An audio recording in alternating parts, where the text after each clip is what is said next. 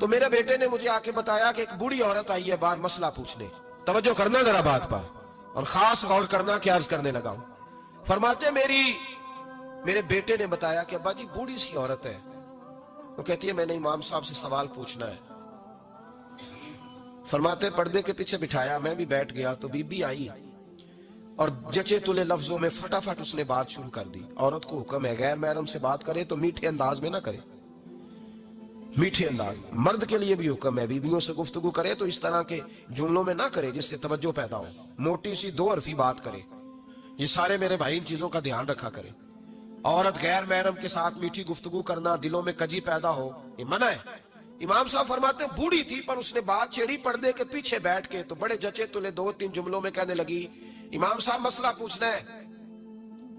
پھر میں پوچھو. کہتے میں بڑا تیار تھا اور میں اللہ نے بڑا علم سے انہیں نوازا تھا. کہتے میں پریشان کبھی نہیں ہوا تھا, لیکن یہ بی بی پریشان کر گئی. یہ متقی لوگ تھے. فرماتے ہیں میں نے کہا بی بی پوچھو.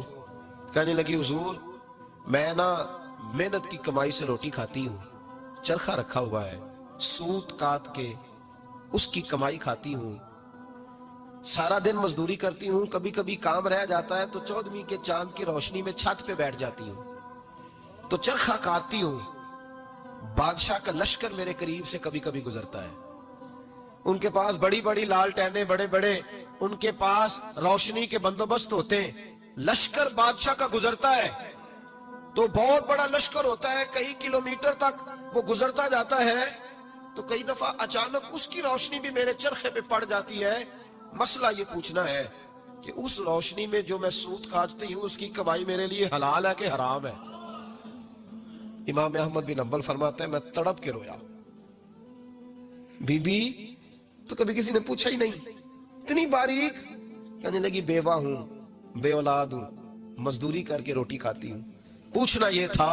او بھائیو یہ بھی تو یہی وقت گزار کے گئے ہیں نا, یہ بھی وہی قرآن پڑھتے تھے جو ہم پڑھتے, یہ بھی اسی رسول کا کلمہ پڑھتے تھے جن کا ہم پڑھتے, یہ بھی اسی دین کے ماننے والے تھے جس کے یہ لوگ ماننے والے. ہم کدھر نکل گئے؟ پرواہ ہی نہیں, حلال حرام کی تمیز ہی نہیں. لیکن اولیاء اللہ کی صفت. حضرت امام احمد بن حنبل فرماتے ہیں میں چکرا گیا اور میں نے اس سے پوچھا پہلے تو اپنا تعارف کرا, تو ہے کون, تو کون ہے؟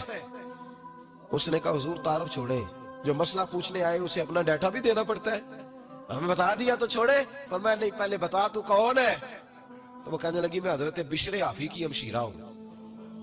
وہ جو بغداد میں بابا ننگے پیر پھرتا ہے تو کوئی جانور گوبر بھی نہیں نہ کرتا گلیوں میں, وہ نیک بابا, میں اس کی بہن ہوں.